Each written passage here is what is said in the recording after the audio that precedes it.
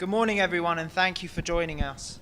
Israel's ambassador to the UN, Danon, will deliver a statement on the latest in Israel's Operation Rising Lion, and he will also preview this morning's Emergency Security Council session called on by the Islamic Republic. As always, if you're called for a question, please be sure to state your name and news outlet. Thank you.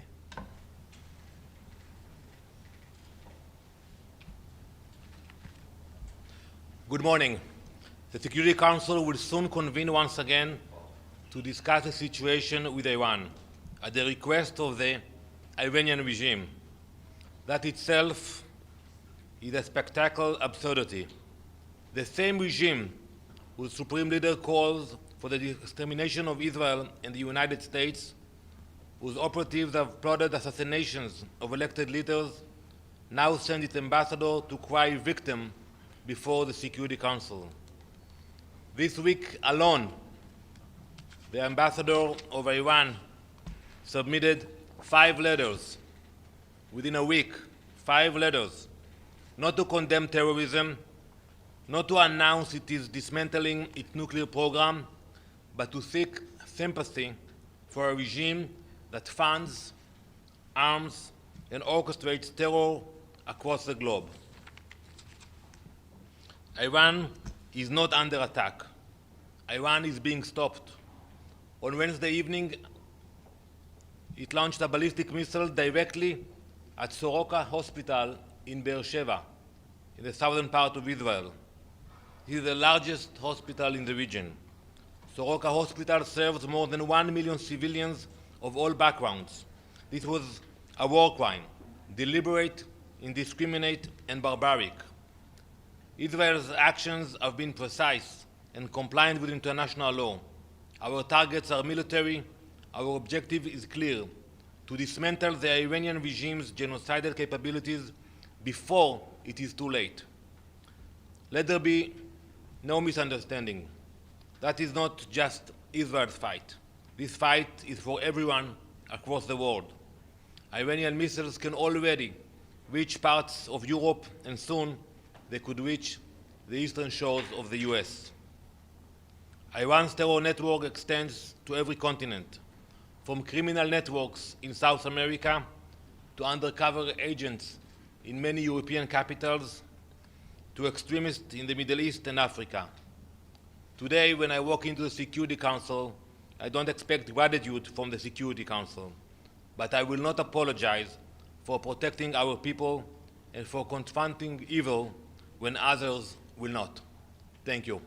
Ambassador, shooter to China Central Television. We know that there are diplomatic efforts ongoing in Geneva.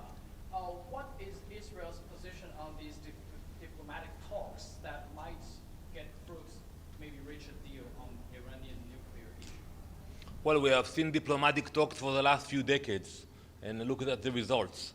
So, if there will be a genuine efforts to dismantle the capabilities of Iran, then that's something we can consider.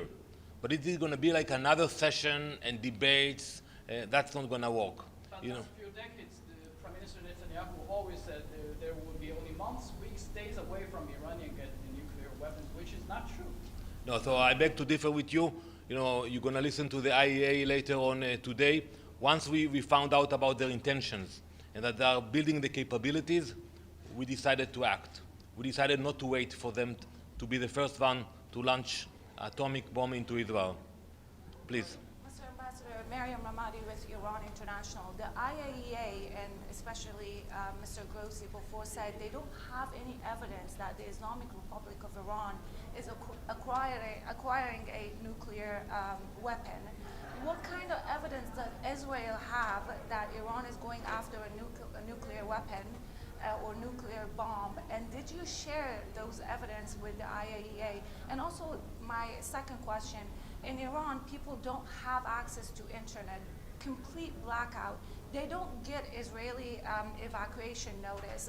And before you gave, the Israeli government and the army gave notice to the people of Iran, but there wasn't enough time for people to evacuate. How do you make sure that people are not in the places that Israel is targeting so you can make sure that civilians don't get killed? So first, regarding your first question, the IEA itself said that Iran enriched uranium to a level that they can produce multiple bombs, not one bomb. And it's not for civilian usage, it's for the military program. We know about the ballistic missiles, we see their capabilities, they are launching them every night into Israel. And we also found out about the triggering mechanism and about the intention to put everything together. So when you take the enriched uranium, the ballistic missiles, the triggering mechanism, and you understand that now they are at a point that they wanted to put everything together, that was the point we decided not to wait anymore. Regarding your second question, we pray for the people of Iran. We care about them. That's why we send those notifications, and we will do our best to minimize civilian casualties. And if they don't have access to our warnings, I would advise them not to stay near military facilities. They know exactly where the IRGC compounds are. They know exactly where the nuclear reactors are. So my advice to them, and we do care for them, is to not to be next to those facilities. Ambassador, Yes, sir. Chris Reyes with Canadian Broadcasting. Are you in support of the United States negotiating with Iran? If not, what is your message to the U.S.? And if you are in support of those negotiations, what would you like to see come out of that deal? So as I said earlier, we look at results. And if there will be results that will bring us the security that we need, which means they don't have the capabilities. And the Iranians are the masters of deceptions. They lied for so many years, so we cannot just play the game with them anymore. If it will be like, what happened in Libya, when you had real inspectors who came into Libya, took out everything out, that's a mechanism that can be discussed. But if it's going to be just another round of talks, that's something which we cannot accept. Ambassador, can I follow up? Well, last question, please, yeah.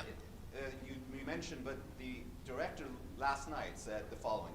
We do not have any indication that there is a systematic program in Iran to produce a nuclear weapon.